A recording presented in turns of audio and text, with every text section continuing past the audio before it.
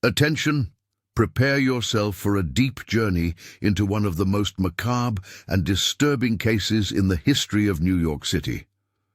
Before we begin, I ask that you write in the comments below where you are listening to us from and what time it is at this exact moment. In the autumn of 1895, when the streets of Lower Manhattan still echoed with the clatter of horse-drawn carriages and the shadows of gas lamps stretched long across cobblestone paths, a series of events unfolded that would remain buried in the dusty archives of Bellevue Hospital for decades to come. What began as whispered concerns among nursing staff about a peculiar physician would eventually reveal itself as something far more disturbing. A descent into obsession that blurred the line between scientific inquiry and profound moral collapse.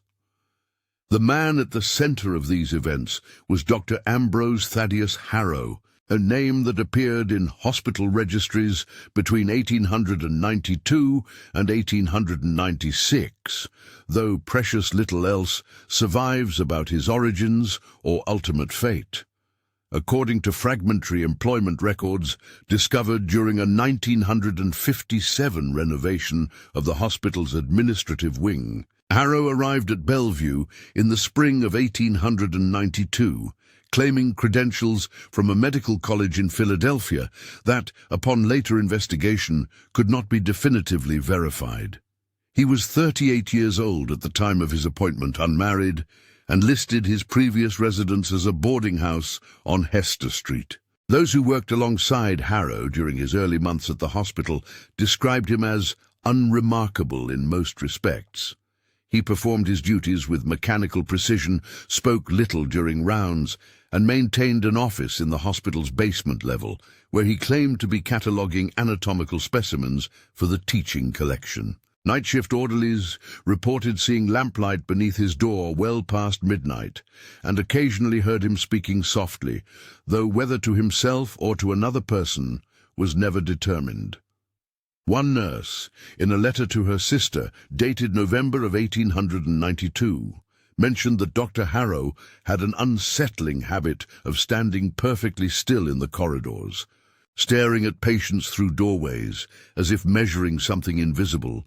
The winter of 1893 brought a surge of influenza cases to the hospital, and the wards filled beyond capacity with the sick and dying. It was during this period that Harrow began requesting permission to conduct what he termed metabolic observations on patients in the final stages of terminal illness. His proposals, submitted in meticulous handwriting to the hospital's medical board, spoke of measuring respiratory changes, temperature fluctuations, and what he called vital cessation patterns. The language was clinical, the stated purpose educational, and in an era when medical ethics remained loosely defined, his requests were approved with little scrutiny. What those early approvals did not capture, what could not have been anticipated by administrators overwhelmed with patient care during an epidemic winter, was the gradual shift in Harrow's demeanor and the increasingly peculiar nature of his nighttime activities. An orderly named Thomas Wickham, whose testimony would later be recorded in an internal hospital investigation, reported discovering Harrow in the early hours of March 15, 1893, standing beside the bed of a man in the final throes of pneumonia. Harrow had placed his hand on the patient's chest and was speaking in a low, urgent voice, though Wickham could not make out the words. When asked what he was doing, Harrow looked up with an expression Wickham later described as fevered, and explained he was conducting measurements of vital force distribution during the dying process. Over the following months, Harrow's requests to the medical board grew more frequent and more specific. He sought permission to observe patients during their final hours, to be present at the moment of death, to conduct immediate post-mortem examinations, focusing on the cardiovascular and nervous systems. He submitted detailed drawings of apparatus he wished to construct, strange configurations of glass tubes and metal electrodes that he claimed would allow for the precise measurement of what he called biological energy transfer. Hospital records show these requests were approved incrementally, each one seeming reasonable in isolation, none raising sufficient alarm to halt the progression of his work. A notation in the daybook of head nurse Margaret Brennan, dated July of 1893, offers a glimpse into the growing unease among staff. She wrote that Dr. Harrow had begun spending entire nights in the ward reserved for terminal cases, that he had requisitioned a cot to be placed in the observation room, and that he insisted on being summoned immediately whenever a patient's condition began to deteriorate. She noted, with careful phrasing, that several nurses had expressed discomfort with his presence, though she did not specify the nature of their concerns. The entry concludes with a single line that she later crossed out, but which remains partially legible beneath the ink strokes, something about the way he watched them die. By the autumn of 1893, Harrow had established what amounted to a permanent residence within Bellevue's terminal care wing. He slept in brief intervals, emerged only for meals taken in isolation, and devoted himself entirely to what he now called his life force studies.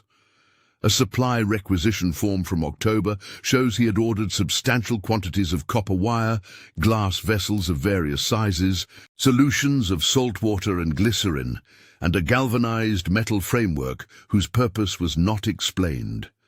The hospital's purchasing agent, in a marginal note on the form, questioned the necessity of these materials, but ultimately approved the order, after Harrow provided assurance they were essential for his metabolic research. What Harrow was constructing in his basement laboratory, in the flickering gaslight beside shelves of preserved specimens and anatomical charts, would only become clear much later.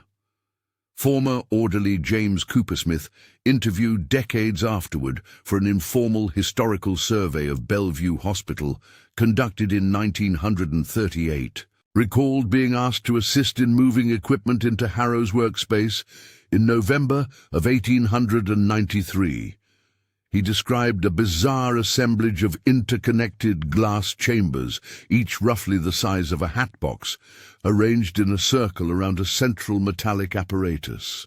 Wire filaments ran from this central structure to each chamber, and the entire construction sat atop an elaborate stand that Harrow had commissioned from a metalworker on the Bowery. When Coopersmith asked what the device was meant to do, Harrow replied that it was a soul trap, then immediately corrected himself and said metabolic collection apparatus, though his eyes suggested the first description had been no jest. The early months of 1894 passed with a deceptive normalcy.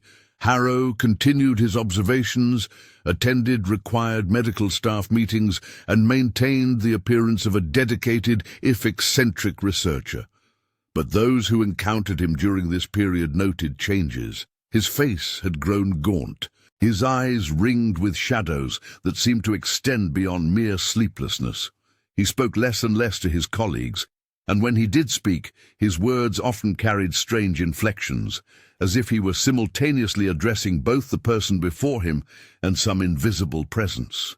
A letter from Dr. Samuel Hendricks, a senior physician at Bellevue, to a colleague at New York Hospital, dated March of 1894, mentioned in passing that Harrow had become something of a ghost in the building, appearing and disappearing at odd hours, always drawn back to the terminal ward, like iron to lodestone.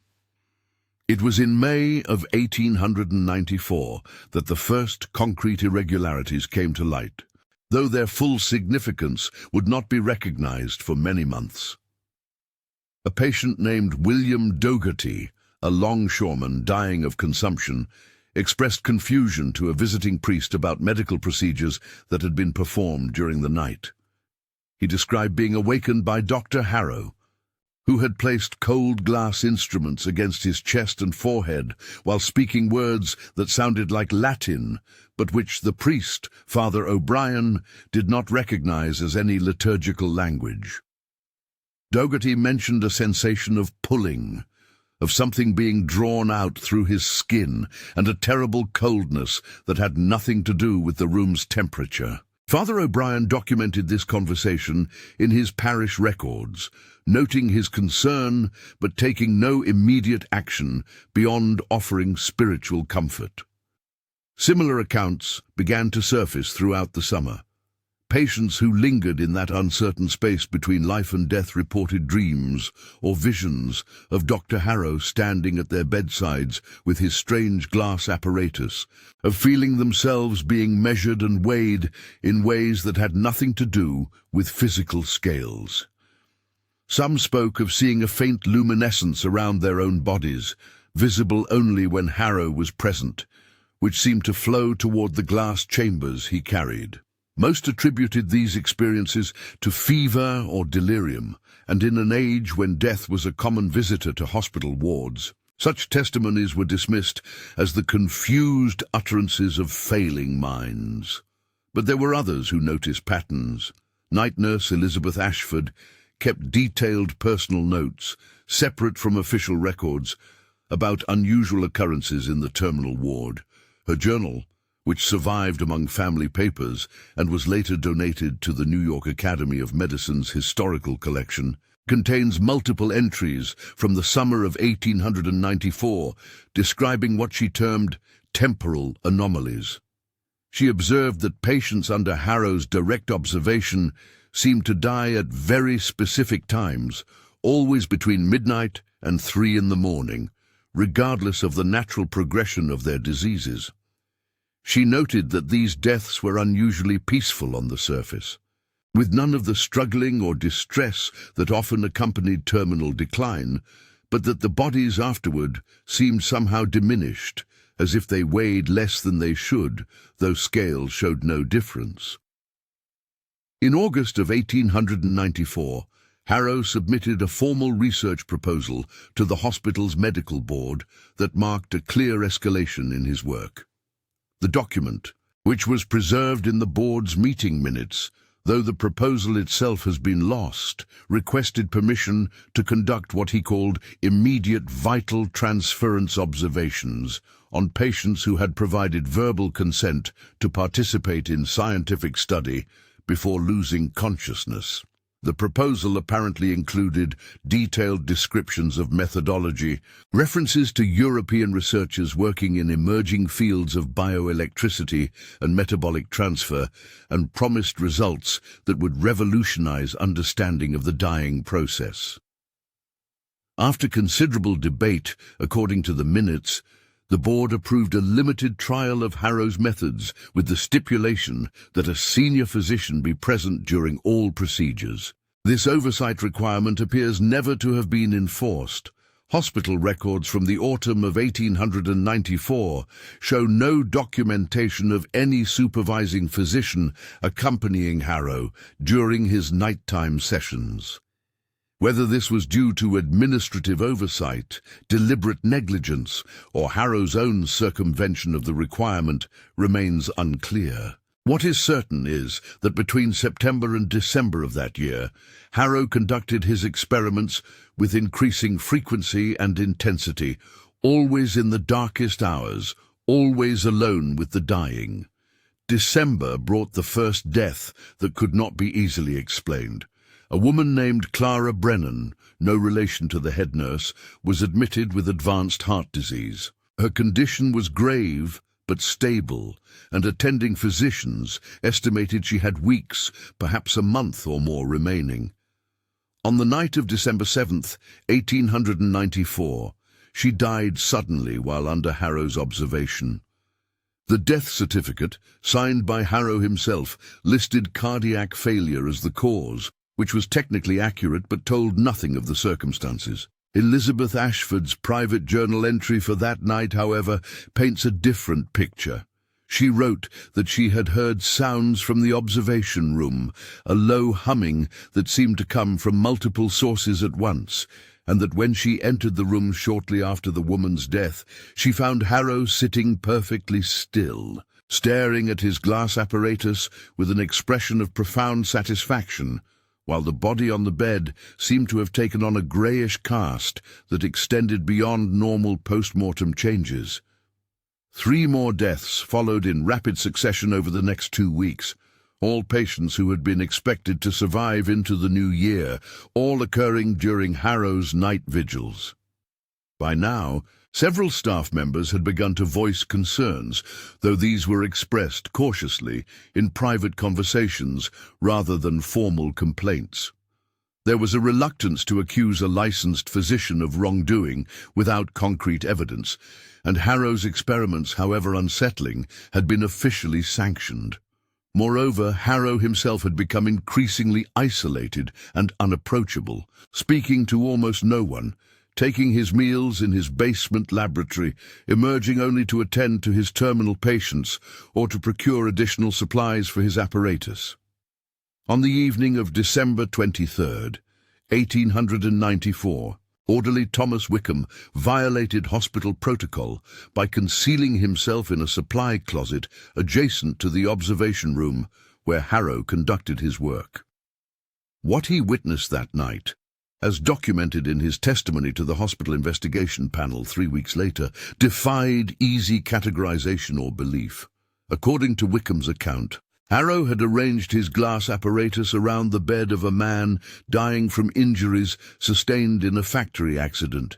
The patient, whose name was recorded only as J. Morrison in hospital logs, was unconscious but breathing, his vital signs weak but present.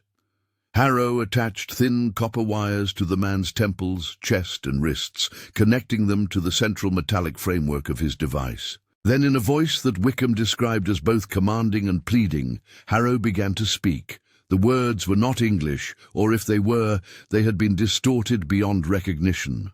Wickham, who had served in the army and travelled extensively, later stated he had never heard their like in any language. As Harrow spoke, the glass chambers of his apparatus began to exhibit a faint phosphorescence, a cold light that seemed to originate not from any external source, but from within the glass itself. The dying man on the bed convulsed once, then became absolutely still, though monitoring equipment showed his heart continued to beat. Harrow leaned forward, his hands hovering over the central apparatus, and Wickham swore he saw something, a vapor or mist or concentrated shadow, flow from the patient's open mouth toward the glass chambers, where it seemed to pool and swirl before dissipating into an internal structure Wickham could not clearly see. The procedure continued for nearly an hour. Throughout, Morrison's body remained motionless. His breathing ceased, though his heart maintained a slow, mechanical rhythm. Harrow moved between the glass chambers, adjusting copper connections, speaking in that strange cadence, occasionally making notations in a leather-bound journal he kept nearby. Finally, he disconnected the wires, dismantled part of the apparatus, and lifted one of the glass chambers, holding it up to the gaslight as if examining its contents. Wickham could see nothing inside, except perhaps a faint distortion, like heat shimmer on a summer road. But Harrow's face showed an expression of fierce triumph. Moments later, Morrison's heart stopped, the body settling into death with no final breath or movement, as if it had been vacated rather than expired. Wickham's testimony created immediate turmoil among hospital administration, though the response was complicated by several factors. First, there was the question of credibility. Wickham had been concealed in a closet, observing through a crack in the door under poor lighting conditions, and much of what he described sounded like the ravings of someone influenced by sensational newspaper stories or Gothic literature. Second, there was Harrow's own position. While junior, he was a licensed physician conducting officially approved research, and accusations of the nature Wickham implied would require extraordinary evidence.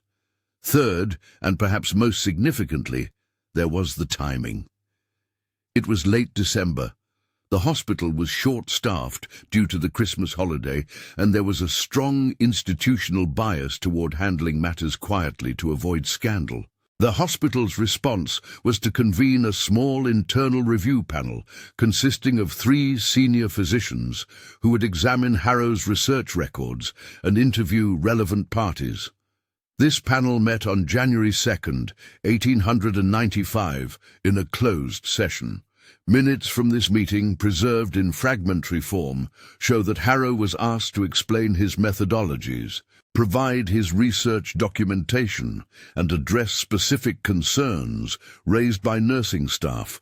According to these incomplete records, Harrow complied fully, presenting detailed notes that described his work in purely physiological terms, measurements of electrical activity in dying tissue, observations of metabolic cessation, standard post-mortem documentation. His glass apparatus, he explained, was designed to collect and analyze gases released during the dying process, based on theories of bioelectrical discharge that were being explored by researchers in Europe.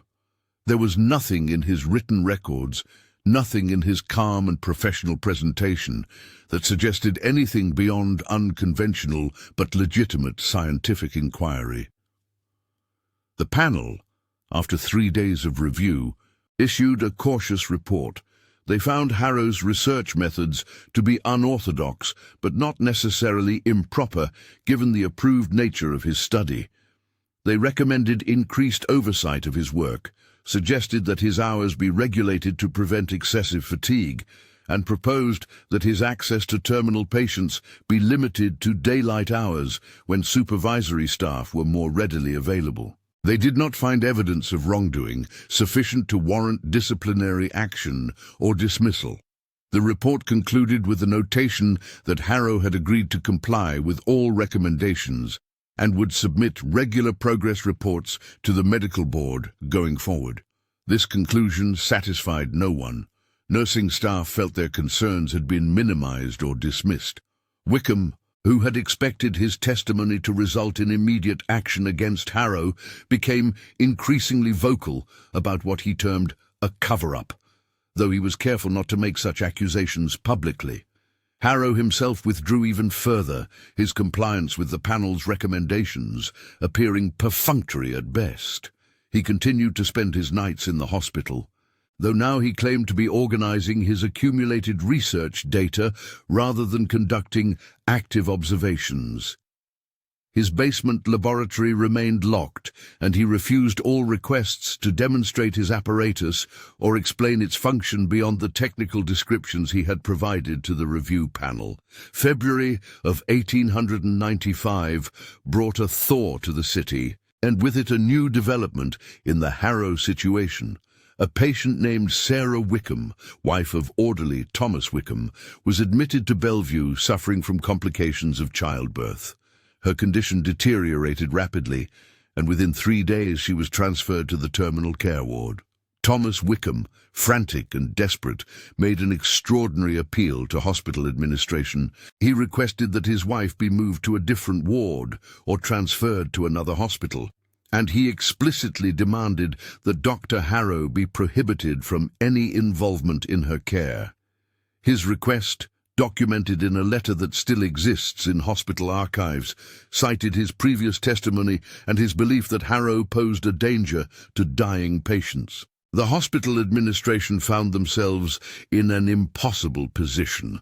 Moving Sarah Wickham would require medical justification they did not have, as terminal patients were placed according to the severity of their condition and available space. Banning Harrow from treating a specific patient would essentially validate Wickham's accusations, potentially exposing the hospital to liability and scandal. Moreover, Harrow had technically complied with all oversight requirements, and there existed no formal grounds for restricting his access. The compromise reached was to assign additional nursing staff to Sarah Wickham's care and to ensure that at least 2 nurses were present in the terminal ward at all times during night shifts. These precautions proved inadequate. On the night of February 18th, 1895, Sarah Wickham died. The circumstances of her death became a matter of intense dispute.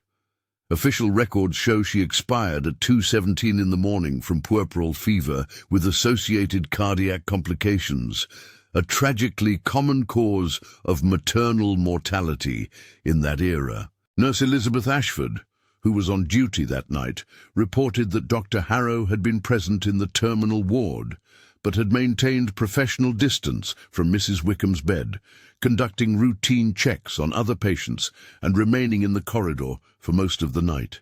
The death appeared natural, the progression of her illness following an expected course. Thomas Wickham told a different story. He had been permitted to remain at his wife's bedside through the night, and he insisted that at approximately 2 o'clock in the morning he had been overcome by an intense drowsiness despite his desperate desire to stay awake.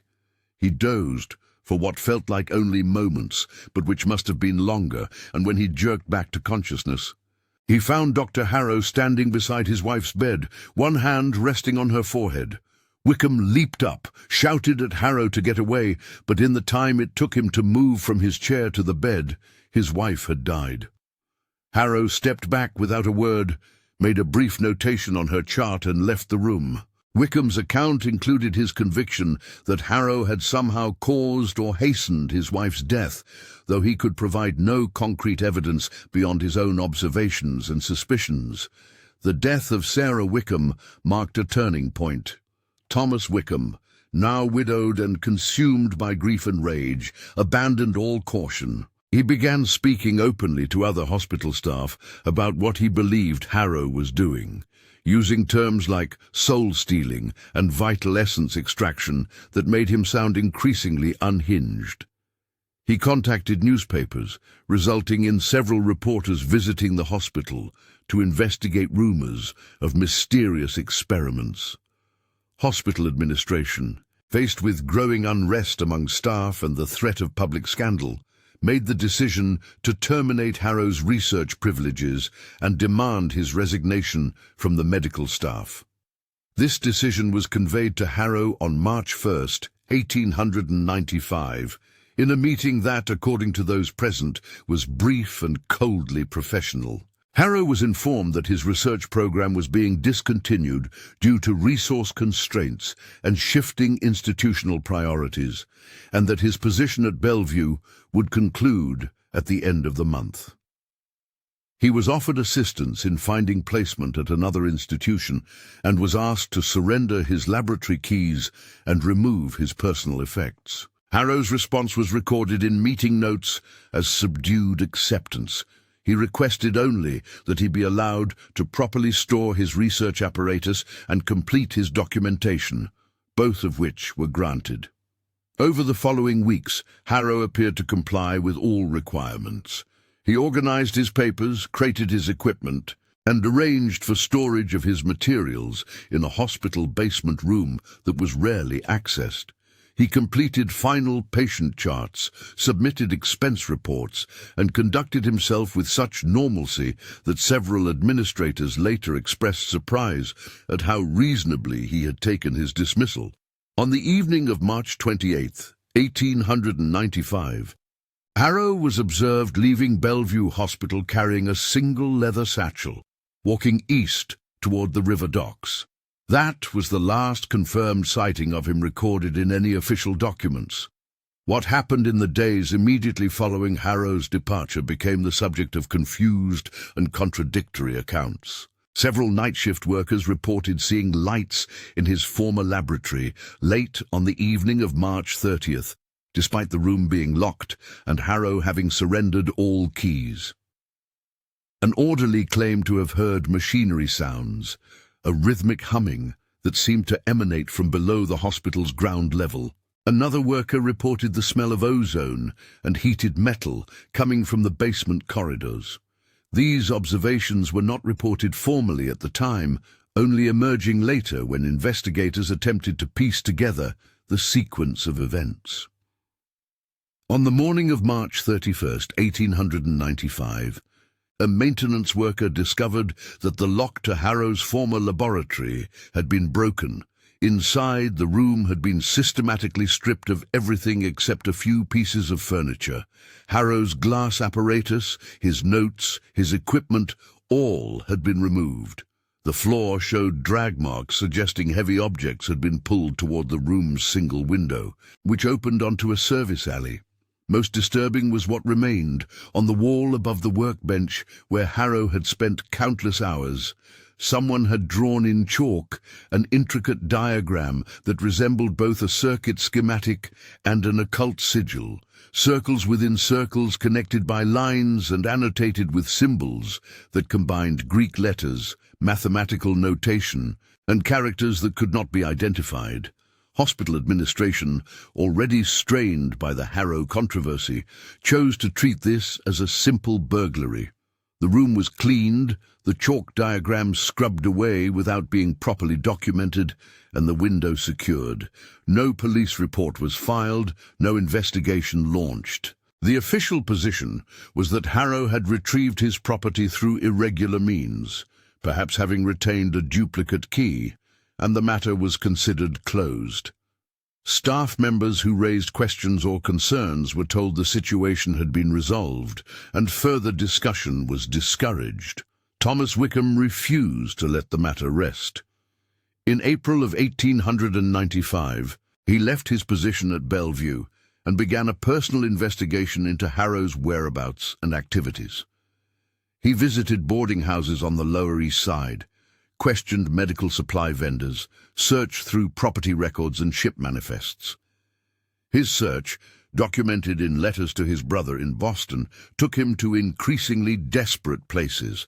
The city morgue, where he asked about unclaimed bodies, police precincts, where he inquired about mysterious deaths, even spiritualist societies, where he sought anyone who might know of attempts to capture or manipulate the human soul. Wickham's investigation yielded only fragments. A boarding house keeper on Mott Street recalled a man matching Harrow's description staying for 2 weeks in late March, keeping irregular hours and receiving deliveries of crated materials. A customs official at the East River docks remembered processing paperwork for scientific equipment being shipped to an address in the village of Arkville in the Catskill Mountains. A medical equipment dealer on Canal Street confirmed selling specialized glassware to a physician who gave the name Thaddeus Harrow, but provided an address that turned out to be an empty lot. Beyond these scattered traces, Harrow had vanished as completely as if he had himself been extracted from the world through some metaphysical apparatus. It was in September of 1895 that the final piece of the puzzle emerged, though not through Wickham's efforts. A farmer named Josiah Brenner, who owned property 3 miles outside the village of Arkville in Delaware County, reported to the local sheriff that he had discovered evidence of recent habitation in an abandoned tuberculosis sanatorium that stood on a remote portion of his land. The building had been constructed in the 1860s, operated briefly, and been left to decay after the medical practice that owned it went bankrupt. Brenner had noticed smoke from the building's chimney in late March and assumed squatters had moved in, but he had been too busy with spring planting to investigate immediately. When Brenner finally explored the building in early September, he found it had been transformed into a makeshift laboratory. The main room contained what he described as an impossible amount of glass tubing and metal frameworks, all arranged in a circular pattern around a central apparatus that resembled an oversized lantern with multiple internal chambers. Wire ran everywhere, connecting various components in patterns Brenner could not comprehend. Most disturbing were what he called collection vessels, sealed glass spheres, each about the size of a large grapefruit, arranged on shelves that lined the entire back wall. Inside several of these spheres, Brenner reported seeing what looked like preserved smoke or trapped shadows, though he admitted this made no logical sense and might have been an effect of the dusty light coming through the sanatorium's filthy windows. Brenner found no sign of Harrow himself, The laboratory appeared to have been abandoned in haste sometime during the summer. Food had been left on a table, now molded beyond recognition. Personal effects, clothing, books, papers were scattered about with no evidence of organized packing. Most significant was a journal, left open on a workbench beside the central apparatus, its pages filled with dense handwriting and elaborate drawings. Brenner, unable to make sense of the contents, brought the journal to the Delaware County Sheriff, who in turn contacted authorities in New York City, given references in the journal to Bellevue Hospital. The journal that found its way back to New York told a story that was simultaneously mundane and deeply disturbing. Its early entries, dating to Harrow's first weeks at Bellevue in 1892, described conventional medical observations and research interests.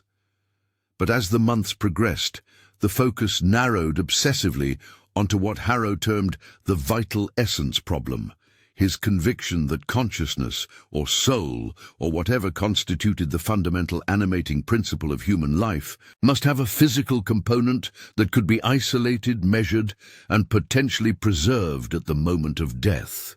Harrow's reasoning, as expressed in increasingly frantic handwriting, drew on emerging theories of bioelectricity, on reports of dying patients experiencing weight loss that could not be attributed to expelled breath or bodily fluids, on spiritualist claims about materialized ectoplasm, on ancient alchemical texts about separating spirit from matter. He believed that in the instant of death, something measurable left the body, and if he could capture it, contain it, he could prove the existence of the soul through empirical means. More than that, he believed that by studying these captured essences, he might unlock the fundamental nature of consciousness itself, might even find ways to preserve or transfer awareness beyond the death of the body. The journal's middle sections detailed the construction of his apparatus, sketches and calculations and modifications based on failed experiments. He described his first successful capture, as he termed it, in November of 1893. A patient dying of consumption had, at the moment of death, emitted what Harrow described as a visible perturbation in the air above the body, which had been drawn into his collection chamber and sealed there. He claimed the sealed chamber gained a microscopic amount of weight, though his scale was not precise enough to measure definitively. More convincing to him was the sensation he experienced when holding the chamber, a warmth that had nothing to do with ambient temperature, and a feeling of presence that he could not articulate more specifically. Over the following year, according to the journal, Harrow refined his methods and expanded his collection. He documented dozens of captures, noting variations based on the patient's age, the nature of their death, their state of consciousness at the moment of expiration. He observed that some essences, as he called them, seemed more substantial than others, creating stronger distortions in their sealed chambers, registering more clearly on his makeshift detection instruments. He theorized that consciousness itself might exist in degrees, that what he was capturing represented something more fundamental than mere electrical discharge or escaping body heat. The journal's later entries, written during and after his time at Bellevue, revealed Harrow's growing disconnection from any ethical or emotional framework. He stopped referring to patients by name or condition, designating them only by number and capture date. He expressed frustration with the limitations imposed by hospital oversight, his inability to conduct experiments under ideal conditions, his dependence on natural death rather than being able to precisely control the timing and circumstances. His handwriting became more erratic, his reasoning more circular, his focus narrowing to the point where the preservation of souls had become not a means to understanding, but an end in itself. The final entries in the journal, written at the Arkville Sanatorium, described Harrow's grand ambition. Having collected what he estimated to be 47 individual essences, he intended to conduct what he called a synthesis experiment. His theory, insofar as it could be understood from his fragmented writing, was that if individual consciousness could be isolated, then multiple consciousnesses might be combined, merged, concentrated into a singular higher awareness. He had constructed an apparatus, the central mechanism Brenner had found, designed to transfer the contents of his sealed collection vessels into a single large chamber, where, through some process involving electrical current and resonant vibration, they would be unified. The implications of this, he wrote, would revolutionize not just medicine, but philosophy, religion, the very understanding of what it meant to be human. Whether Harrow actually attempted this synthesis experiment remained uncertain. The journal ended abruptly in mid-sentence dated July 26, 1895. The central apparatus Brenner discovered showed signs of recent use, scorch marks on metal components and residue in glass chambers, suggesting chemical or electrical processes had been carried out. But there was no indication of results, no final triumphant entry declaring success or disappointed notation of failure. The laboratory simply stood abandoned, its equipment intact but inert, its collected specimens, if that word applied, still sealed in their glass spheres on the back-wall shelves. Authorities from New York conducted a perfunctory investigation of the Arkville site in late September. They catalogued the equipment, seized the journal and several other documents, and interviewed Josiah Brenner about whether he had seen or heard anything unusual during the months the laboratory was apparently in operation. Brenner could offer little of use. He had seen smoke from the chimney on various occasions between late March and early July, had once seen a figure that might have been Harrow walking near the building at dusk, but had never approached or investigated. The sanatorium stood in a remote area, visible only from certain angles on Brenner's property, and he had no reason to take special interest in what he assumed was a vagrant seeking shelter. The glass spheres presented a particular puzzle. When examined by investigators, most appeared empty, containing only air and perhaps some dust or residue. A few, however, did exhibit the strange distortion Brenner had mentioned, a quality of the interior space that made it difficult to focus on, as if the contents, whatever they might be, refused to hold still for observation. One investigator reported an unsettling sensation when handling these particular spheres, a feeling of being watched or judged that he could not rationally justify. Another noted that the spheres seemed to maintain a temperature slightly above ambient, though this might have been explained by his own body heat warming the glass. Faced with physical evidence that defied easy interpretation and a case that touched on subjects no investigator wanted to address seriously, authorities made the pragmatic decision to classify the entire matter as an instance of mental illness. Dr. Ambrose Thaddeus Harrow was deemed to have suffered a psychological break, had abandoned his position at Bellevue Hospital, and had fled to a remote location where he continued to pursue delusional experiments based on pseudo-scientific theories. His apparatus was dismantled and disposed of as junk, his papers archived as medical curiosities, his glass spheres shattered and discarded to prevent anyone from claiming they contained anything of value.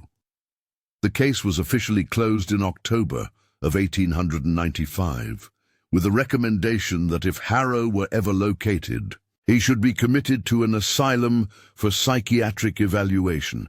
Thomas Wickham never accepted this conclusion.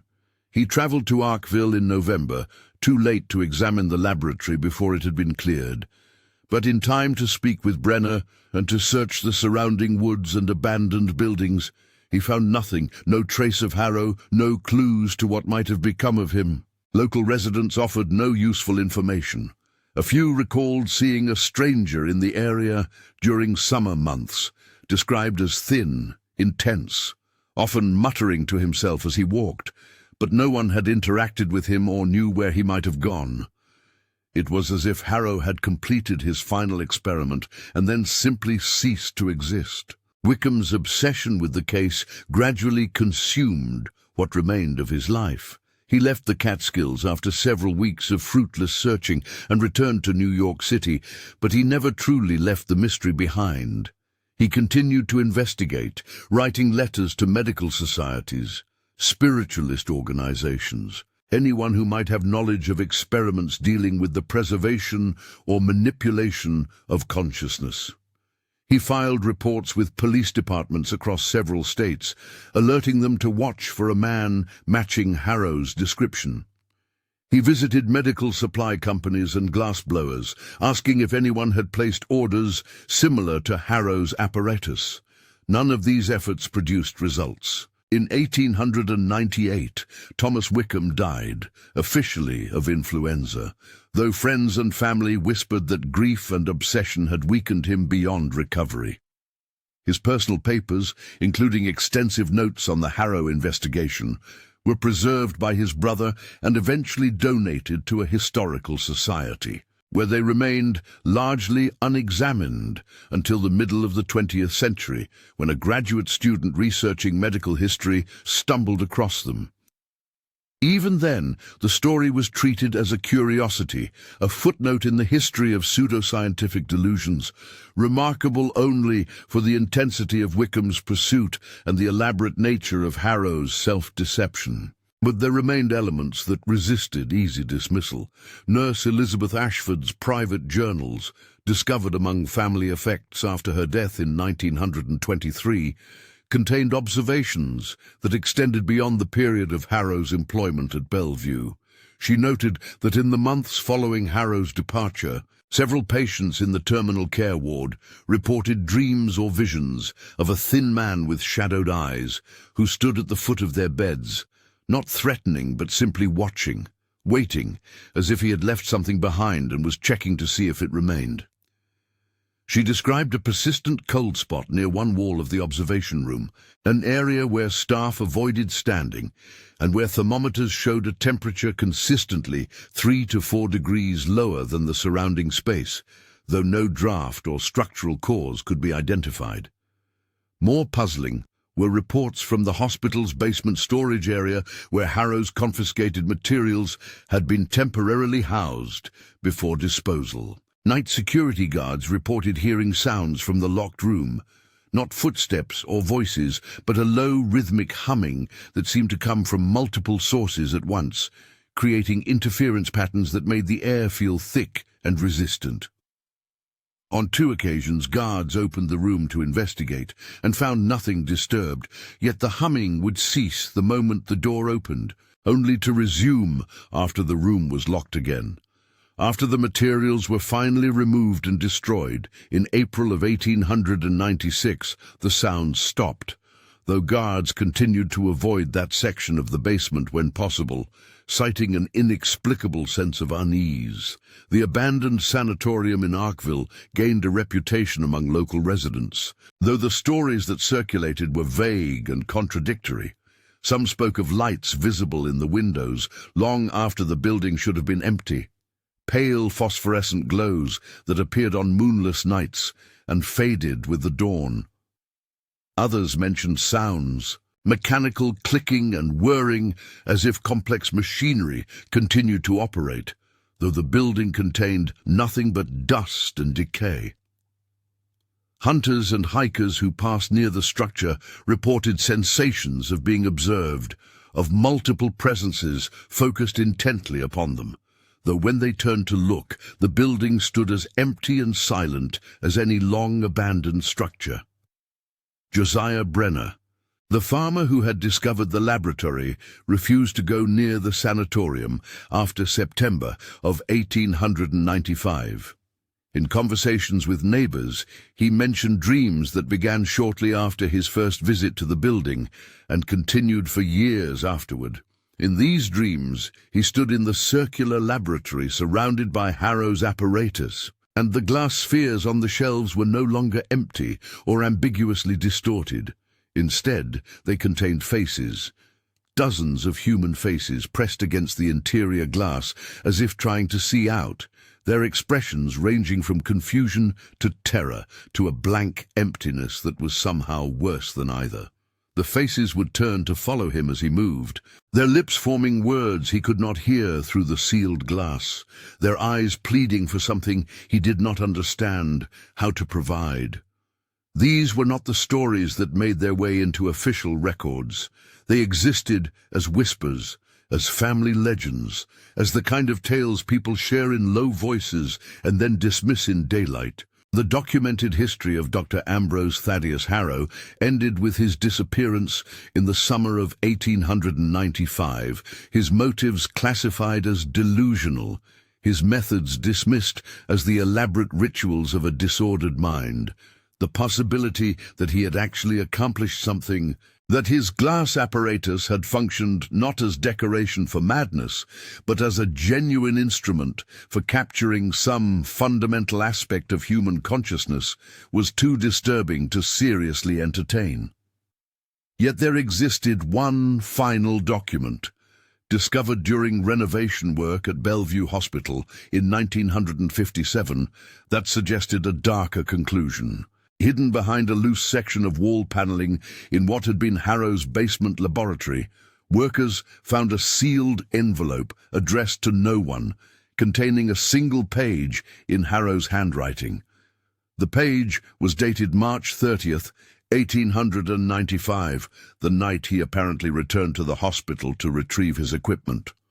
Unlike his journal entries, which had become increasingly fragmented and obsessive, this writing was clear, methodical, almost serene in its tone.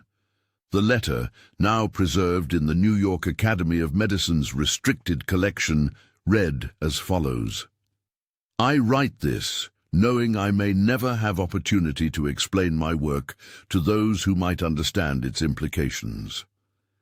The apparatus functions precisely as theorized. The human consciousness, soul, vital essence, whatever term one prefers, possesses measurable physical properties at the moment of separation from biological housing.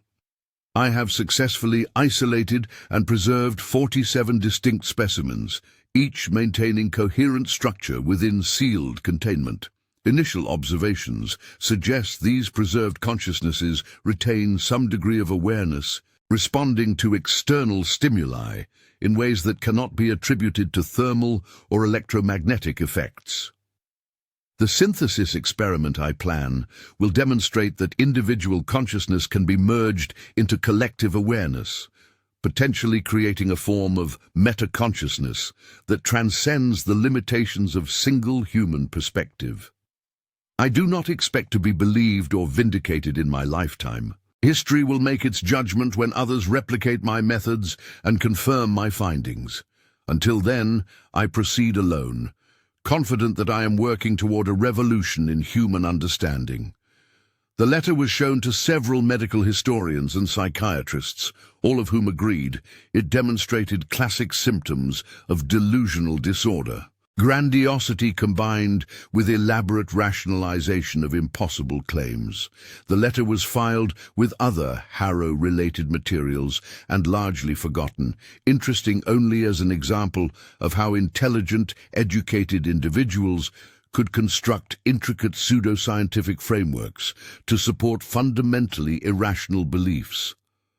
The fact that Harrow had never been found, that no one had come forward claiming to have seen or spoken with him after July of 1895, was taken as evidence that he had likely died alone in the wilderness, possibly by his own hand, after realizing the futility of his experiments.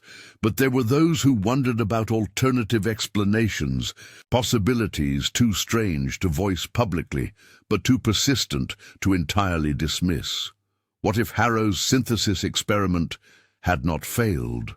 What if the process he described, merging multiple isolated consciousnesses into a single collective awareness, had actually occurred? And if it had, what would be the result? Would 47 human minds compressed into a single, non-biological container retain sanity, individuality, any coherent sense of self?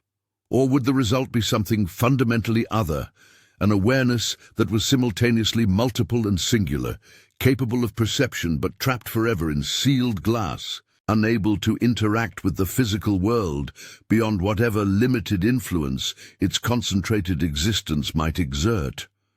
These questions remained unanswered because they could not be seriously asked. The investigation into Harrow's activities concluded with bureaucratic finality. The case files were archived, the witnesses dispersed or died. The locations associated with his work fell into disuse or were demolished. By the early decades of the 20th century, Dr. Ambrose Thaddeus Harrow had become little more than a footnote, occasionally referenced in discussions of medical ethics or the history of pseudoscience, but never examined in depth, never subjected to serious scholarly inquiry. The Arkville Sanatorium stood empty for another 15 years after Harrow's disappearance. Local children sometimes dared each other to approach it, though few made it past the overgrown threshold before fleeing back to the safety of well-traveled roads. In 1910, the building partially collapsed during a severe winter storm, the roof caving in and taking most of the interior walls with it. What remained was cleared away the following spring by order of the county, the site leveled and the land returned to Josiah Brenner's heirs, who planted it over with apple trees and tried to forget what had once stood there.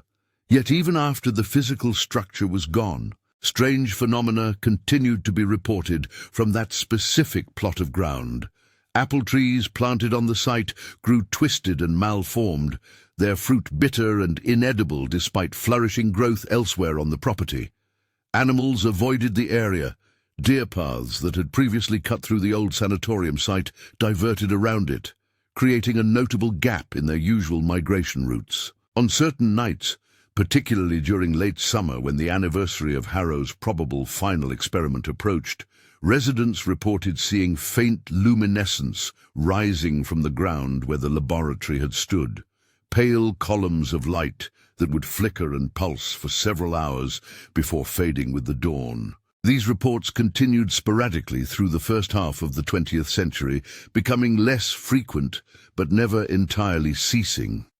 In 1936, a geology survey team working in the area noted unusual electromagnetic readings from the site, fluctuations that could not be attributed to mineral deposits or natural geological features. Their report mentioned interference with their instruments, compass needles that spun slowly when brought near the location, and radio equipment that picked up a faint rhythmic signal on multiple frequencies simultaneously, a pattern that resembled neither natural static nor any known form of communication.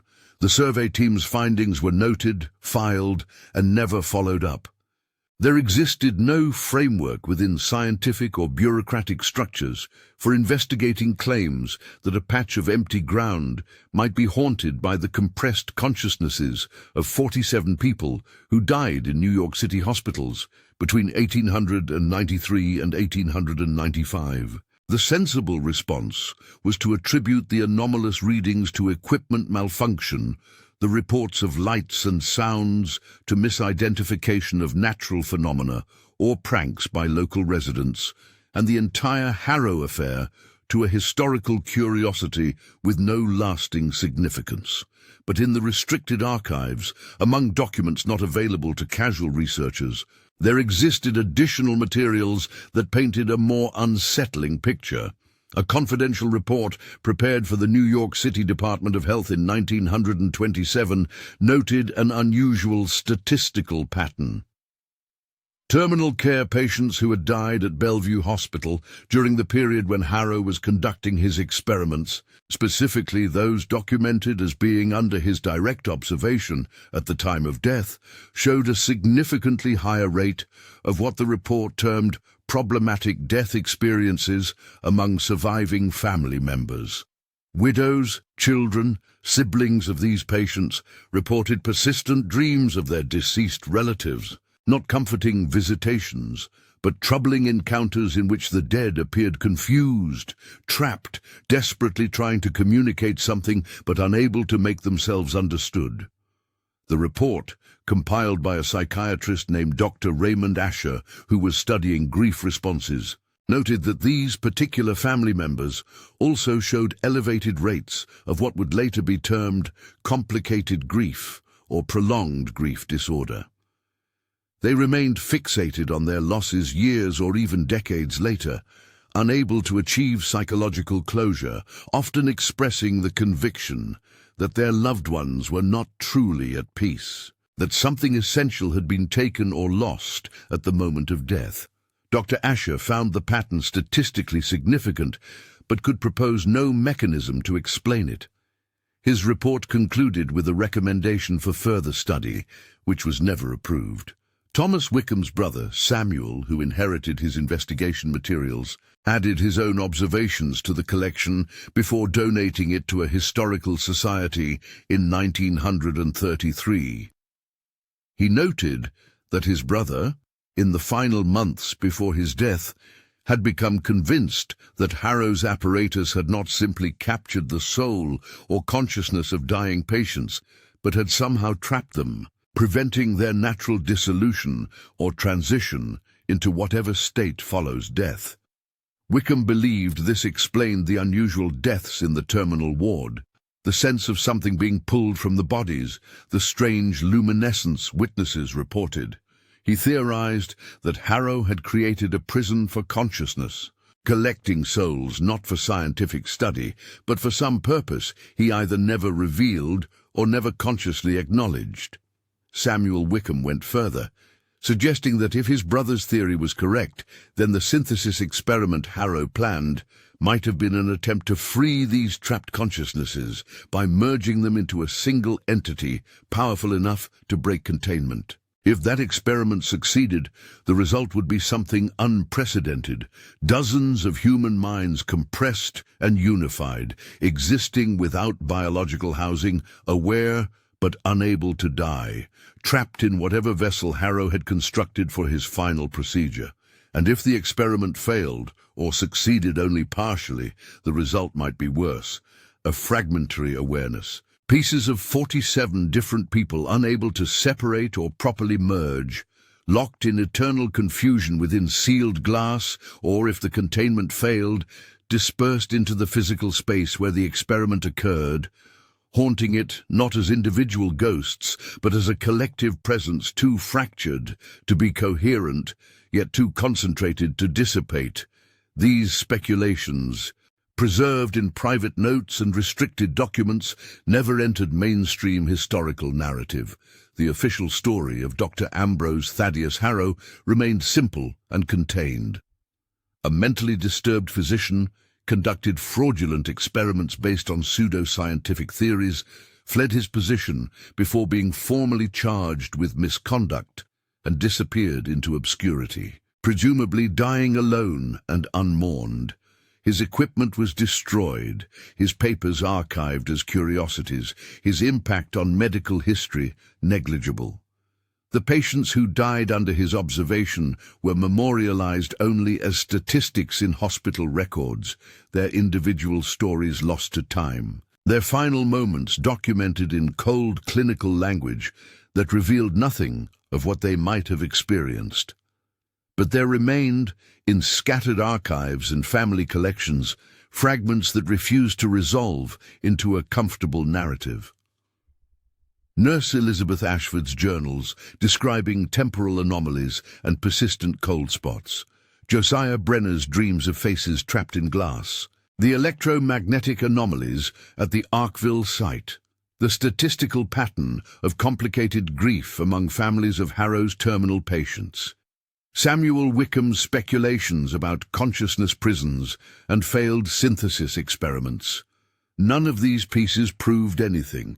None provided definitive evidence of the extraordinary claims Harrow had made in his final letter. But together they suggested possibilities that scientific materialism and bureaucratic pragmatism preferred to ignore. In 1969, the last recorded incident related to the Harrow case occurred. A graduate student in the history of medicine, researching early bioelectrical theories for her dissertation, tracked down the storage location of Harrow's confiscated journal and several related documents. She spent 3 days reading through the materials in the New York Academy of Medicine's archive room, taking detailed notes and photographing pages for her research. On the evening of the 3rd day, according to her own account written years later, she experienced what she described as a profound and inexplicable episode. While reading the final pages of Harrow's journal describing his plans for the synthesis experiment, she became aware of a presence in the archive room with her, though she remained alone according to all physical evidence. The presence, she wrote, felt multiple rather than singular, as if she were being observed by dozens of people simultaneously from a single point in space. She felt no threat, only an overwhelming sense of sadness and confinement, of awareness that could not express itself, of questions that could not be asked because the entity or entities doing the asking lacked the means to form words or thoughts in any recognizable pattern. The sensation lasted approximately 10 minutes, during which she sat frozen at her research table, unable to move or call out, conscious only of this vast, fragmented, desperately lonely presence pressing against the boundaries of her perception. When the episode ended, the student gathered her materials and left the archive, never to return. She abandoned her dissertation research, changed her academic focus entirely, and refused to discuss the experience except in the most general terms for over 2 decades. When she finally wrote about it in a private memoir intended only for her family, she concluded with a statement that captured the essential uncertainty at the heart of the Harrow case. "I do not know what I experienced that day. I cannot prove it was anything more than exhaustion, suggestion, the product of reading disturbing material in an isolated room. But I know what it felt like. It felt like encountering something that should not exist, something that human action had created and then abandoned, something aware enough to suffer but too fragmented to understand its own nature. If Dr. Harrow succeeded in isolating human consciousness, if he truly did capture and merge dozens of souls into a single vessel, then I believe that vessel remained, not destroyed with his other equipment, but preserved somewhere, containing an awareness that was simultaneously everyone and no one, capable of projection but not communication, conscious but not alive. I hope I am wrong. I hope what I felt was nothing more than my own fears and imagination, but I do not believe that I am wrong." The memoir was donated to a university library as part of a larger collection of personal papers, catalogued and filed away, seen by perhaps a half-dozen researchers in subsequent years, none of whom gave it particular attention. The Harrow case, by the late 20th century, had become completely obscure, known only to specialists in medical history and those with interests in 19th-century pseudoscience. The questions it raised about the nature of consciousness, the possibility of isolating awareness from biological housing, the ethics of experiments conducted on dying patients, these remained unexamined because the case itself remained unknown to all but a handful of scholars. And so the story concludes in uncertainty and silence, as perhaps it must. Dr. Ambrose Thaddeus Harrow disappeared in the summer of 1895, his final experiment undocumented, its results unknown. The 47 patients whose deaths occurred under his observation passed from life into whatever lies beyond, their final moments potentially compromised by a physician who believed he could trap their departing souls in glass vessels for scientific study. Whether Harrow succeeded in his stated goal, whether he actually isolated and preserved human consciousness, whether his synthesis experiment created something that continued to exist long after his own disappearance, these questions cannot be answered from available evidence. What remains is a series of documented facts surrounded by disturbing possibilities. A licensed physician conducted experiments on dying patients that, at minimum, violated their dignity and, at worst, may have interfered with natural processes in ways we still lack the framework to fully understand. Equipment was constructed whose function, despite Harrow's detailed descriptions, cannot be replicated or verified.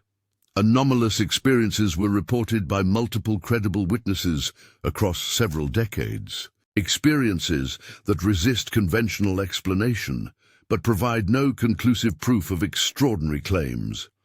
And somewhere in the archives of medical history lies a case file that, if examined with appropriate seriousness, might reveal truths about consciousness, death, and the ethics of scientific inquiry that we are still not prepared to confront. The site where the Arkville Sanatorium once stood is now occupied by a small parking area serving hikers using trails through the Catskill Mountains.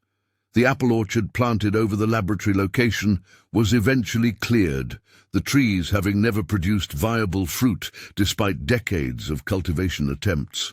No marker or plaque indicates what once occurred there. No historical designation acknowledges the significance of the site. Visitors park their cars, adjust their backpacks, and set off into the mountains, unaware that they stand above ground where, if the most disturbing interpretations of available evidence are correct, an unprecedented and terrible experiment may have succeeded in ways its creator never anticipated, leaving behind a trapped and suffering awareness that persists in forms we cannot detect and in states we cannot imagine. The Bellevue Hospital building where Harrow conducted his initial research was substantially renovated in the mid-20th century, the basement levels reconfigured, old walls torn down, and new spaces created. The observation room where terminal patients died under his watch, the laboratory where he refined his soul-capturing apparatus, the storage area where confiscated equipment hummed and generated cold spots, all were demolished and rebuilt into forms that retain no memory of their previous functions. Doctors and nurses work there now with no knowledge of what occurred in those spaces over a century ago, treating patients, saving lives, conducting legitimate research into the mysteries of human biology and consciousness, unaware that their predecessors may have ventured into territory that should have remained forever unexplored. And Dr. Ambrose Thaddeus Harrow himself, brilliant or mad or both, remains absent from all records after July of 1895. His birth date, his childhood, his education, his personal relationships all exist only in fragmentary form, if at all. He appeared in New York in 1892, conducted his experiments for 3 years, and vanished without trace. Whether he died in the Catskills after his final experiment, whether he fled to another country to continue his work in deeper secrecy, whether something happened during that synthesis procedure that removed him from the world as thoroughly as he claimed to have removed the souls from dying bodies, these questions have no answers because no one searched with sufficient rigor, no investigation followed all available leads, no authority cared enough about the fate of a disgraced physician to mount a comprehensive manhunt. What we are left with, then, is a story that exists in the space between documented history and suppressed possibility, a case that raises profound questions about the nature of death and consciousness while providing no definitive answers. We have Harrow's journal claiming success in isolating the human soul. We have witness testimony describing procedures and phenomena that defy conventional explanation. We have statistical anomalies, electromagnetic disturbances, persistent reports of unusual experiences across multiple decades. We have the conviction of Thomas Wickham, who sacrificed his health and ultimately his life, pursuing evidence of crimes that may have transcended the physical. We have the fears of Elizabeth Ashford, who documented strange occurrences long after Harrow's departure. We have the troubled dreams of Josiah Brenner, the professional concerns of Dr. Raymond Asher, the profound distress of an anonymous graduate student encountering something inexplicable in a quiet archive room. Against all this, we have the official narrative, which dismisses Harrow as delusional, his apparatus as elaborate theatre for a disordered mind, his disappearance as the predictable end of a man who had lost touch with reality. We have the reasonable skepticism of trained professionals who found no credible evidence that consciousness can be isolated from living tissue, that souls can be trapped in glass vessels, that multiple minds can be merged into singular awareness.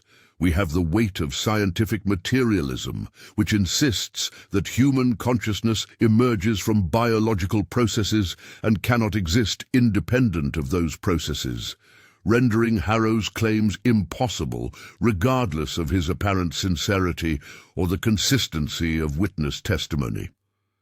The truth, whatever it may be, lies buried under layers of time, destroyed evidence, institutional cover-up, and the fundamental difficulty of investigating claims that challenge basic assumptions about the nature of reality.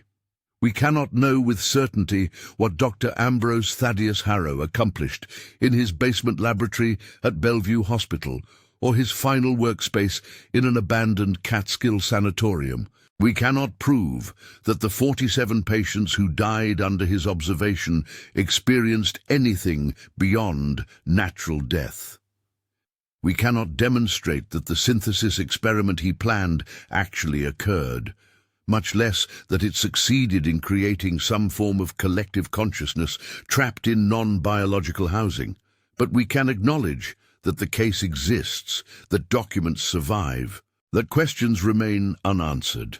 We can note that multiple credible witnesses, operating independently across many years, reported experiences that aligned with the implications of Harrow's claims, even when those witnesses had no knowledge of his work. We can observe that the site where his final laboratory stood continues to generate anomalous readings and phenomena over a century after the building itself was demolished. We can recognize that families of patients who died under Harrow's care experienced grief patterns significantly different from families of patients who died in comparable circumstances but without Harrow's involvement. And perhaps most importantly, we can sit with the discomfort of not knowing, of confronting a historical case that refuses to resolve cleanly into either validated truth or dismissed falsehood. The story of Dr. Ambrose Thaddeus Harrow and his soul-capturing apparatus exists in a liminal space where scientific rationalism and disturbing possibility overlap without reaching definitive conclusion. It reminds us that the boundaries of human knowledge remain uncertain, that our understanding of consciousness and death may be far more limited than we assume, and that there may exist territories of experience and inquiry that we have chosen collectively to leave unexplored, not because they are impossible, but because we fear what we might discover if we looked too closely. The 47 people who died in Harrow's presence, whose names are recorded only in fragmentary hospital logs, whose final moments may or may not have been compromised by a physician's obsessive experimentation, deserve acknowledgement even if we cannot determine precisely what they experienced. They were real individuals, with lives and families and futures that were cut short by disease or injury, who found themselves in the care of a man who may have believed he was advancing human knowledge while actually committing violations we still struggle to categorize. Whatever happened to them in those final moments, whether their deaths proceeded naturally or were interfered with in ways we cannot fully grasp, their suffering and their loss merit recognition. And if, in the darkest interpretation of available evidence, some aspect of their consciousness was indeed captured and trapped, if they exist now in some form we cannot detect, compressed together into an awareness that is simultaneously multiple and singular, capable of perception, but unable to interact meaningfully with the physical world, then they deserve more than our silence and dismissal. They deserve acknowledgement of the possibility that they remain, in whatever fragmented and suffering state Harrow's experiment created, waiting for release that may never come, because we lack the courage or the framework to seriously investigate whether such a state could exist.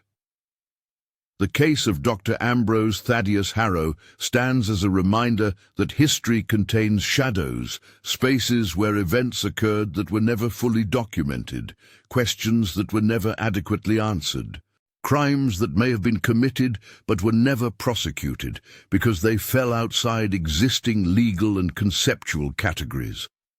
It challenges us to consider whether our confident materialist certainty about the nature of consciousness might be premature, whether there might exist aspects of human awareness that transcend biological housing in ways we have not yet discovered, or that we discovered once and then collectively chose to forget because the implications were too disturbing to integrate into our understanding of the world.